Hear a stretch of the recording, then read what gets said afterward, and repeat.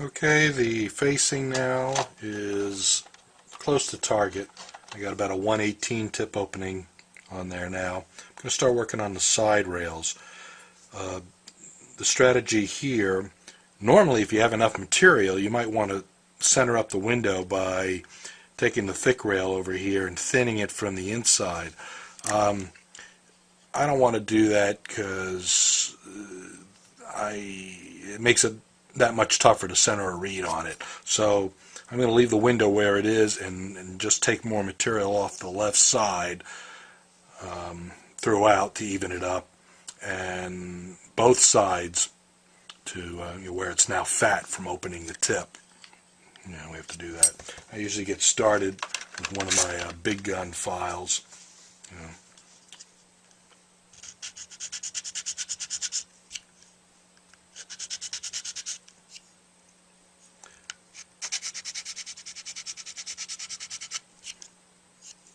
Then on this side, I'm going to go down pretty much the whole length of the body.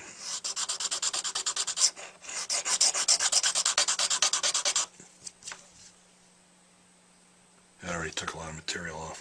Just wanted to feather it in up the body some more. I already took about everything I need off the left.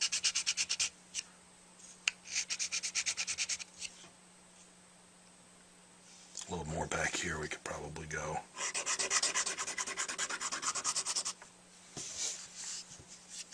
And switch to a smaller file.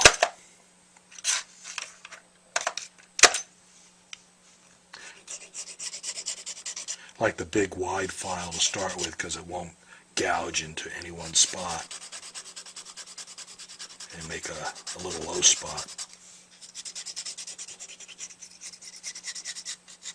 And with the smaller files, finer and smaller, I'm not really trying to remove material as much as I am getting the file marks out from the big file and to blend it in a little bit more into the body.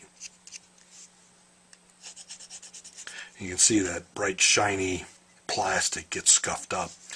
It's going to be tough to recover that. I'll get some of it back as I gradually go down in sandpaper grades. But most clients aren't too worried about it getting back to a shiny plastic looking finish. If you leave them with a slightly brushed, neat looking mouthpiece, they're usually pretty happy with that. Has kind of a customized look to it. In fact, I'll probably, may even scuff up some of the sides here with sandpaper. There's some scratches here from the ligature. I'm not going to worry about taking them out. Very few people ask me to remove body scratches. You can take them out, but you often lose more than you gain. I mean, it's just a cosmetic scratch, and sometimes you'll sand off the logos and the body gets too small and other things which are not right. I'll probably neaten up the beak. It's got a bunch of chatter marks from years of use. No tooth gouges, but a lot of little marks on it there, so they'll smooth out. So I'll work on that a little bit more off camera and show you the results. But right now we're getting pretty much on target and just got to do some cosmetic work. Okay, I've done some more interior work and rail work on this. I went inside with my Dremel and got rid of that flash that was inside there from the injection molding, and I've been using sanding sticks now. I had some file work too on the rails, and then went inside with these to smooth out the ridges in there. These are also handy for working on the file ridges from the inside.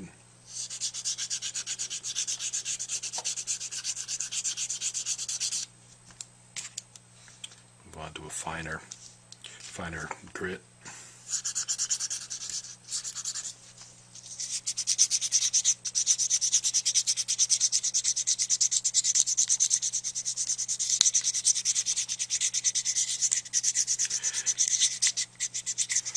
Sometimes rough edges inside can give you a little bit of edge, like a hiss.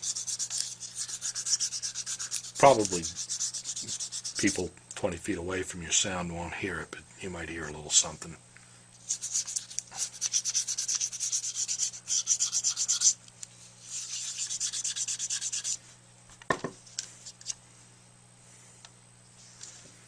Now, I haven't started sanding the rollover baffle yet. I'm not going to use my coarsest sticks. These are 110 grit. I'll start with the 220s, the medium.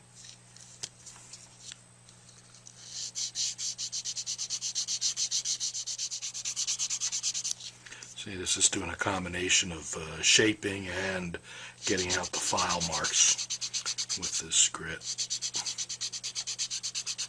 Trying actually to stay away from the tip rail. Just kind of kiss right up to it. You can get closer to the tip rail. This is a single layer from this inside.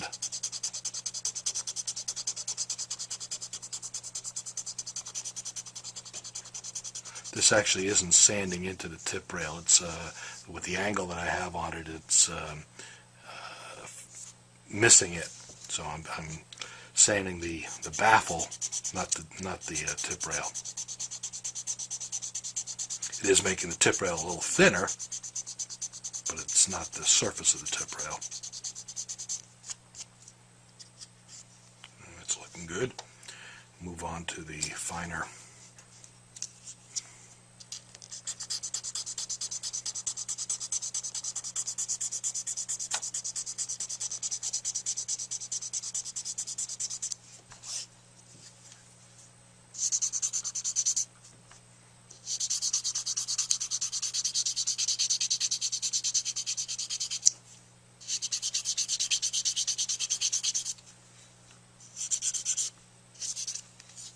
Okay, the only other, that's a piece of old steel wool. It's probably still fresh enough to do what I'm intending. It's the only thing I haven't done for smoothing out the inside is to push around some of the steel wool.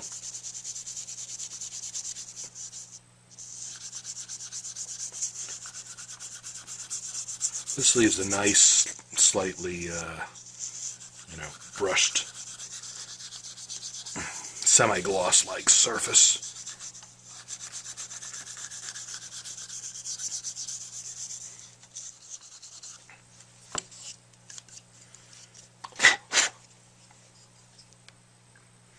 I've never bothered with trying to polish the interior, so that's all I leave it. After you wash it, some more of that dust will come out, but that's not a bad looking way to go.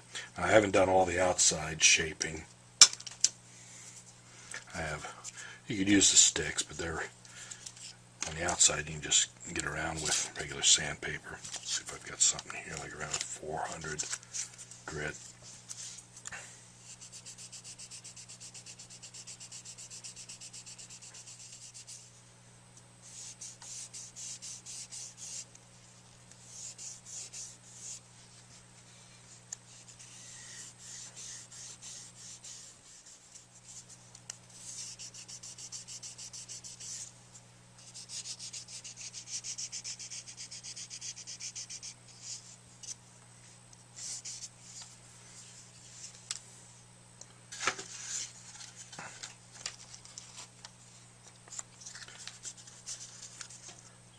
Fresh piece of 600 grit.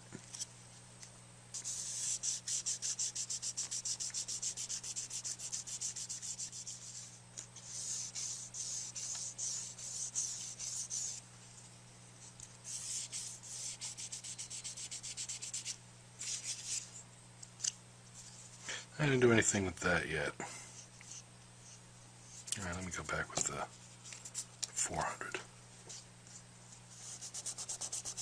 Could have left it alone.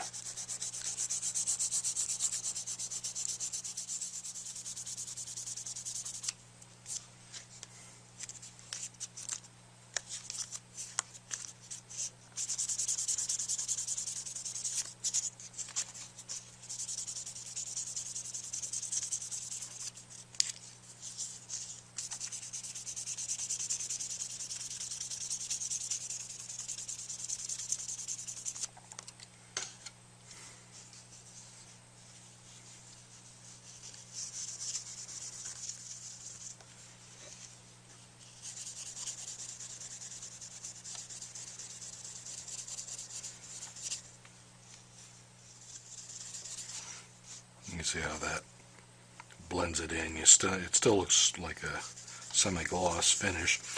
I do use polishing compound on the exterior, so I'll get that a little bit shinier. But I have to finish up with the final facing work yet, so.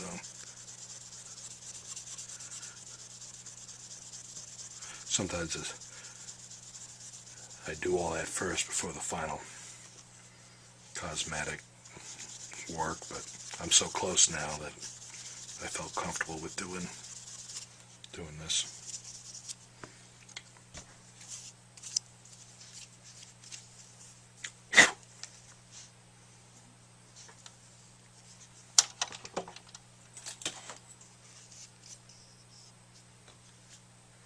I'll polish lightly polish the rails using the back of a sandpaper. It's easier for you to see then where we're at. Fairly uniform thickness. The baffle it stays pretty high for a while and then falls off. The reason I shy away from these is sometimes certain players' embouchure makes they make chirps on this type of baffle. If they play real close to the tip and they bite down and use a lot of air. But we can always lower it later if that's going to be a problem. Let me measure the facing one more time and do some adjustments on that.